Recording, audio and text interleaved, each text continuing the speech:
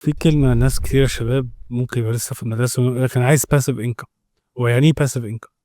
حلو جدا. الباسيف انكم ده بيسكلي ان انت وانت نايم بتعمل فلوس. في ناس كتير جدا حلم جدا الكل، احنا حلم الكل. نعمل فلوس واحنا نايمين.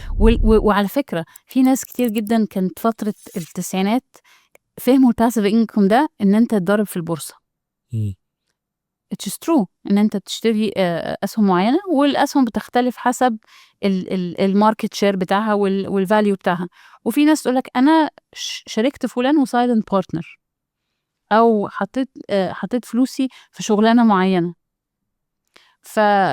اجان هل انت عايز حاجة الباسيف انكم شهادة الشهادة اللي في البنك دي باسيف انكم، بس الريتيرن بتاعها بيختلف على احتياجك. انت بقى عايز what kind of return، والريتيرن ده هل هو في خلال التنر الفترة دي مناسب ليك ولا لا.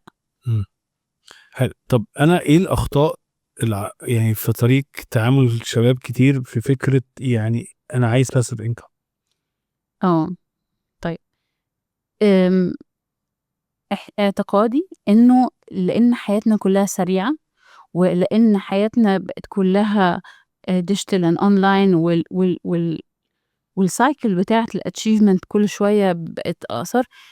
عشان اوصل الباسيف انكم دي محتاجة جيرني معينة، رحلة معينة. يعني رحلة معينة. رحلة انا كفرد، هل انا الباسيف انكم ده انا هكونتريبيوت فيه ولا حد تاني هيعملهولي؟ طب يعني انا مش فاهم. يعني انا دلوقتي لو عشان اوصل الباسيف انكم اسست الشركة دي هتكبر وهيبقى لها كيان، كل ده انا بانفست فيها، انا باخد الانكم. it's an active income.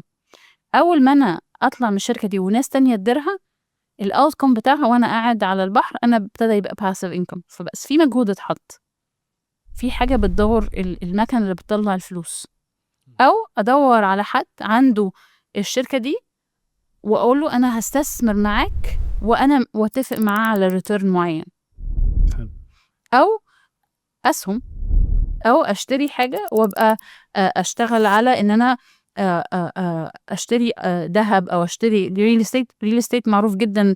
لا الجيمك اللي اشتريه دلوقتي بالمبلغ اكس وباعها كمان شهرين 3 ب 3x.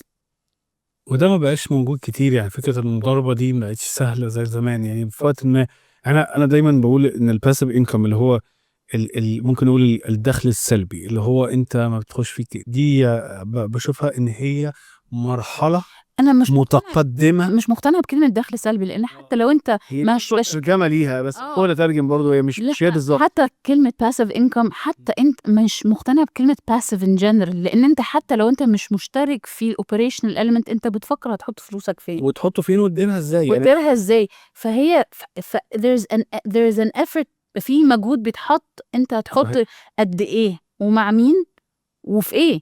انا بشوفه ان هو بياخد تفكير، ولكن الهدف منه ان انت مش بحط الساعة بتاعتي بكذا، يعني اللي هو ليها حاجة محدودة. ساعتي ب5 جنيه فانا ساعتين ب10 جنيه، 3 ساعات 15 جنيه. لا، هو ممكن الساعة في الباسيف تبقى ب5 وممكن ب0 وممكن ناقص 10 وممكن 50 وممكن 100 يعني هي بس انا بشوفها هي مرحلة متقدمة صح لاي حد. يعني ما ينفعش انت تبقى عندك مثلا 21 سنة ولسه تبتدي شغلك وتقول انا عايز باسيف انكم. لا، هو مش هيحصل كده. وفي مصروف ده يبقى مصروف لان الهدف منها ان انت في مرحله ما انا اشتغلت، خدت خبرات، ابتديت افهم الدنيا، ابتديت افهم تعاملي مع المال ازاي كذا.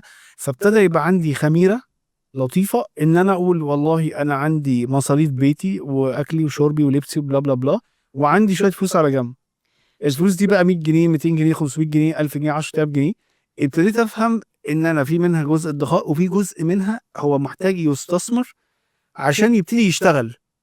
ده بقى ممكن يعني اقضيها في الاول بمصلحه. واحد صاحبي جاب علب اقلام، جاب بدل ما جاب عايز يشتري واحده عارف يجيب 3 بسعر حلو وباعهم فرد. انا طبعا بسهل يا جماعه الفكره يعني. فبدل ما ابيع المقلمه كلها فيها 20 قلم ب20 جنيه، انا كل قلم هبيعه ب3 جنيه. فانت سبوتد ديماند بالظبط. فمن خلال الديماند ده وفرت السبلاي بتاعه with a margin.